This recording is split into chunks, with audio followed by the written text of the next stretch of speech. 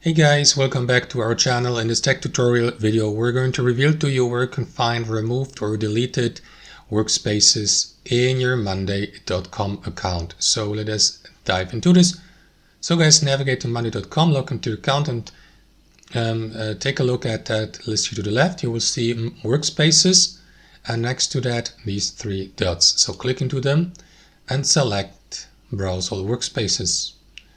And here guys, you will see recent workspaces, for example, and that's how you find, for example, workspaces that are active. If you'd like to find archived or deleted ones, guys, repeat the same process. Click into these three dots, but this time hover your mouse over View, Archive and Trash, and simply select the option you'd like to go with. For example, removed workspaces can be found in the Trash folder.